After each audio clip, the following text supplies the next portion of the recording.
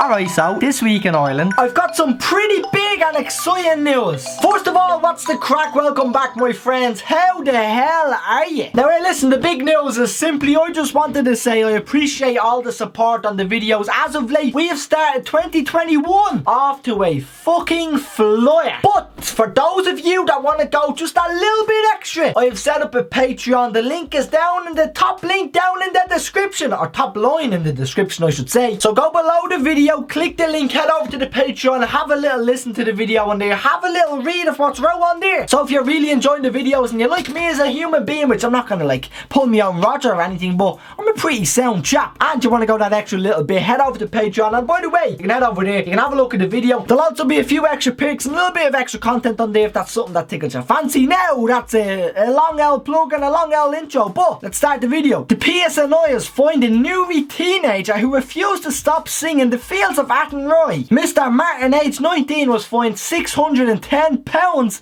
and told to learn the whole song by Newry police. Now, it does sound a little bit over the top to get charged 600 quid for just singing a song, but they done him on disorderly behaviour, resisting police and obstructing police. And yes, of course, he wasn't there drunk at the time this happened. A little slap on the wrist for possibly being a little bit of a bellend. In some lawyer news, we're due to get another beat from the east. Woo! Snow day. Irish weather, up to 5 centimetres of snow. Forecasters met urban issues. Yellow snow ice warning for 6 counties.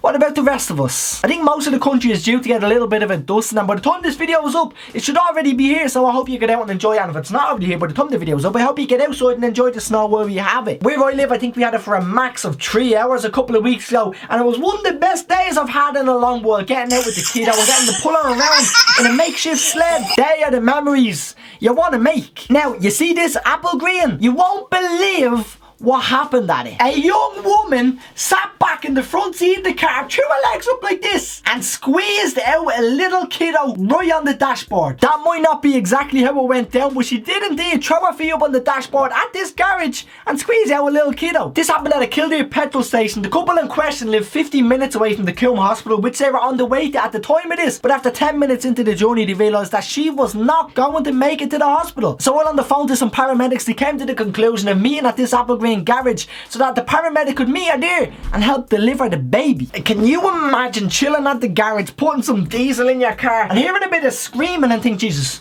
someone needs help, someone's being attacked, and you look across and see that?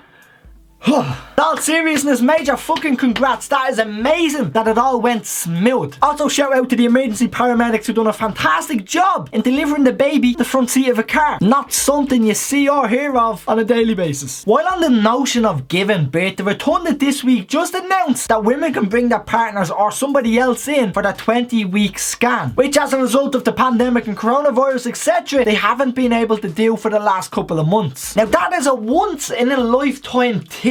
All I'm going to say is I would be absolutely heartbroken if I wasn't allowed in with my missus to find out the sex of the child that you're going to have for the rest of your life. Also, something probably worth saying is that before anyone is admitted for delivery or surgery within the Rotunda Hospital, they are all tested for COVID. But I'm not too sure what happens if the test comes back positive. Another certain restriction that slightly breaks my heart during all of this, and I kind of want to highlight the lack of logic around it. Back in the weekend I touched on it over on Twitter just a little bit, but for now I want to just explain what I was talking about just to all of you that don't actually follow me over there. Within Ireland, only 10 people can attend a funeral. That is outrageous. I really feel for the people that can't attend the funeral of a loved one. Genuinely heartbreaking. One of the main reasons why I mentioned this is that I was in Tesco last week doing me shopping, and I went to turn down an aisle just to grab a couple of sausages, and no joke, there was 14 people on that one aisle. Anyone that might be wondering, although probably no one is wondering, I didn't go down the aisle. I went and got the rest of me shopping and came back when the 14 people had all fucked off. On Saturday I was in a local centre grabbing a chicken fillet roll, and no joke, there was a minimum of 13 workers within that little shop. 13 in the small shop, and that's not counting the handful of customers, including myself. But yet only 10 people